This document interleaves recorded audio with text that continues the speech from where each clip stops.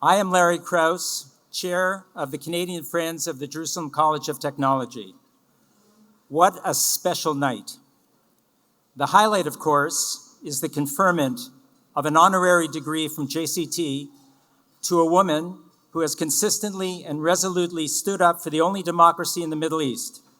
Former U.S. Ambassador to the UN, former Governor of South Carolina, and future President of the United States, the incredible Nikki Haley.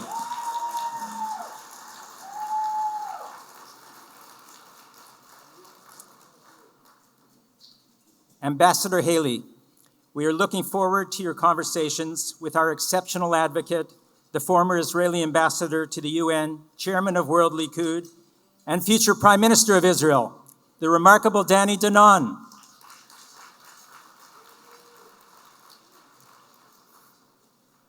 I am sincerely delighted to see you all, and I want to welcome you and thank you for supporting what I personally believe to be the single most important educational institution in Israel. Tonight, in the brief moments that I have, I would like to share with you the basis for my conviction.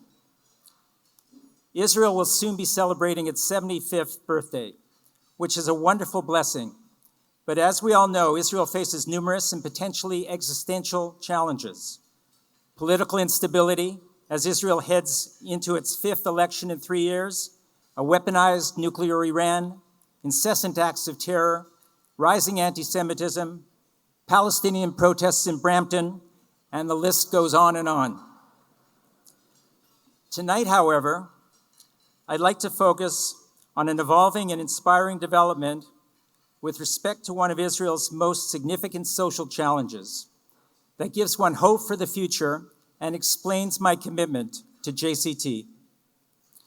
And that is the enormous benefit that is beginning to be realized from the growing participation of the ultra-Orthodox religious population, referred to in Israel as the Haredi, into the high-tech, social, and security fabric of the country.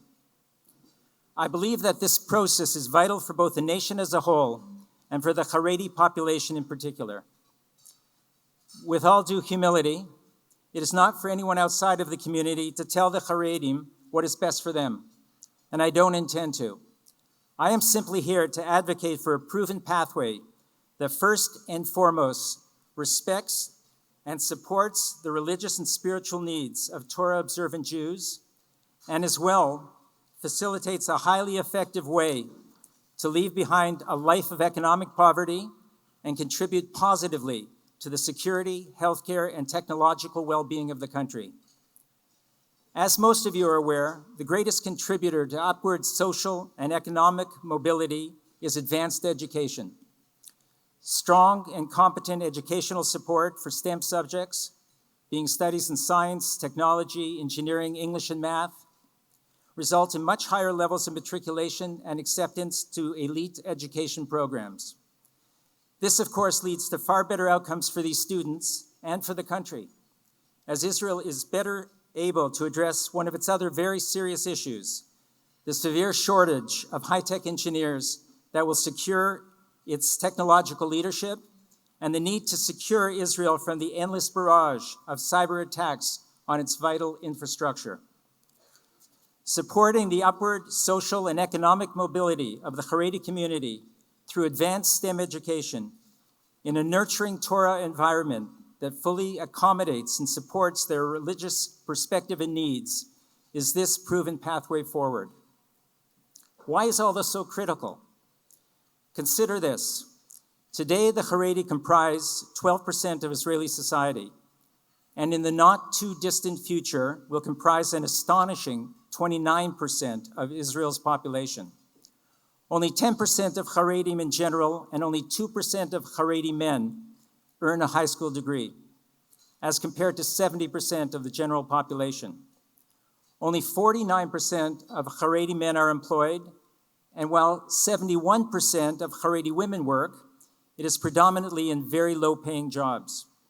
As a result, 52%, I repeat, 52% of Haredi families live below the poverty line. Equally disturbing, in a country that prides itself on diversity, inclusion, and social tolerance, In many circles, this community is shunned, maligned, and rejected.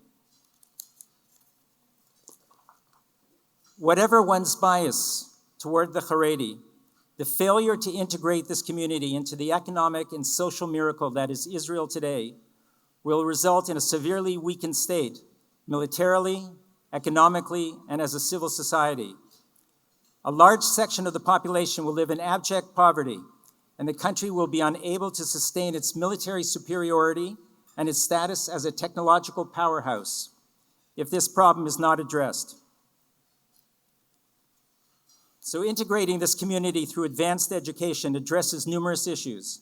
It resolves internal poverty, as the salary levels achievable in high tech are among the highest in Israel. It addresses the severe shortage of advanced engineers and healthcare providers.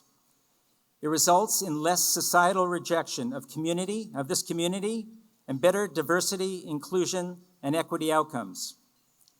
It strengthens the military intelligence, and cybersecurity resources of the country.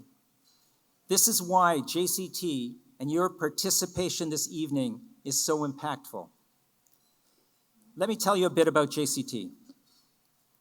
JCT was established over 50 years ago by Professor Zev Lev, a brilliant physicist.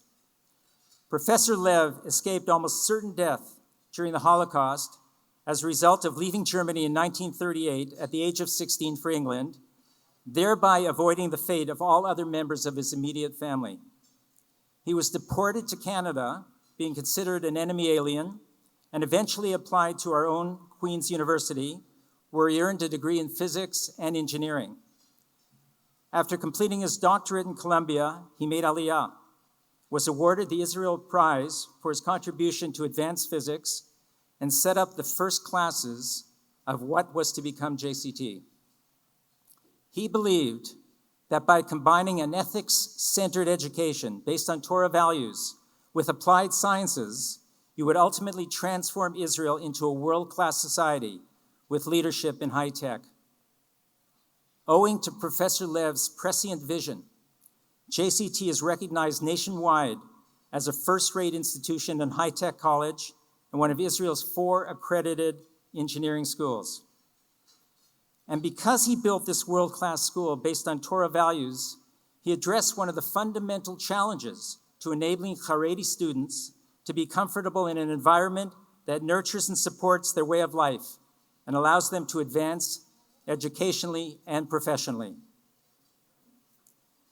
JCT is therefore showing the Haredi community that there is an alternative to poverty without compromising the religious values, thus addressing one of the most significant internal social challenges facing Israel today. But get this, JCT empowers not just the Haredi community. It as well does this for the highly marginalized Ethiopian community. And most significantly, JCT empowers women. So currently, within the pool of approximately 5,000 students, 45% are Haredi, 2% are Ethiopian, and over 50% are women. At this moment, almost 1,000 female students are studying engineering and computer science at the college. So friends, here are the 3 takeaways about JCT and the basis for my conviction. 1, the school is graduating over 400 high-tech engineers and cyber experts annually who are changing the face of the defense, high-tech, and healthcare industries. 2, JCT graduates are key players in the development of Israel's most important military and space technology projects, such as Israel's spy satellite system and its operation, the Iron Dome, the Arrow anti-ballistic missile system, the Merkava tank defense system, and as well, many other leading-edge solutions deployed by the IDF. JCT is playing a key role in enabling Israel to maintain superior and significantly more advanced armed forces than its enemies. Amazingly, almost 1/4 of all unit heads in Israeli military intelligence are JCT graduates. 3, JCT enables the integration of the ultra-religious Haredi community into the mainstream of Israeli economic and social life. And all of this done while allowing students to continue with the study of Torah and maintain a life of Jewish values and ethics at the highest levels. Tonight's event is in large part about the $100 million Machon Tal campus for women and the power of female leadership. The Tal campus will be a center for educating and developing a new generation of women who will be confident in their skills, knowledge, and training, and guided by a commitment to Torah values. Apropos this point respecting female leadership, let us pause for a moment to reflect on the passing of someone who was a tremendous, generous, and devoted leader of our people and community. Of course, I'm referring to the remarkable Julia Koshitsky, Zichrona Libracha. Julie was a dear friend of Sarah and I, as she was to so many people here tonight.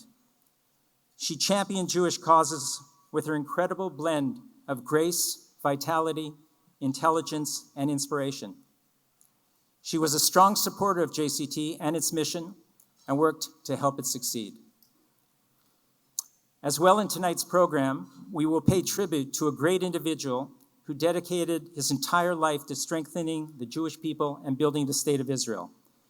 The extraordinary Kurt Rothschild, Zichrono Libracha, was the founder of the Canadian Friends of JCT and my mentor and inspiration for the role that I have with JCT. We are all grateful for everything he did.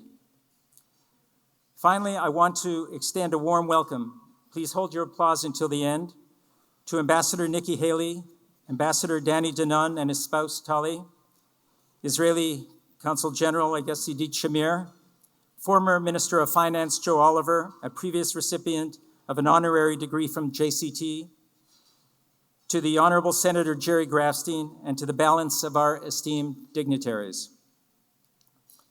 And I want to deeply thank tonight's major event sponsors, TerraCap Management, Rockfield Financial, Judas and Chanoch Shemian, S.D. Frankel Adele, Andrea and Stuart Heitman, the Green family of Toronto and Jerusalem, the Rothschild family, and Jack Feintuch of the Jewish Legacy Charitable Foundation. This event has been a tremendous success. We have raised just shy of $2.5 million.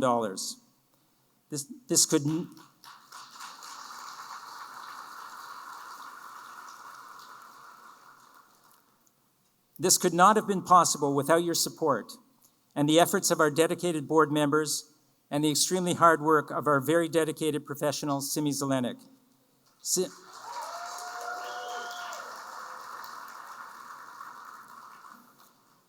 Simi, you've done an amazing job. Thank you so much. So without further ado, please direct your attention to the screens.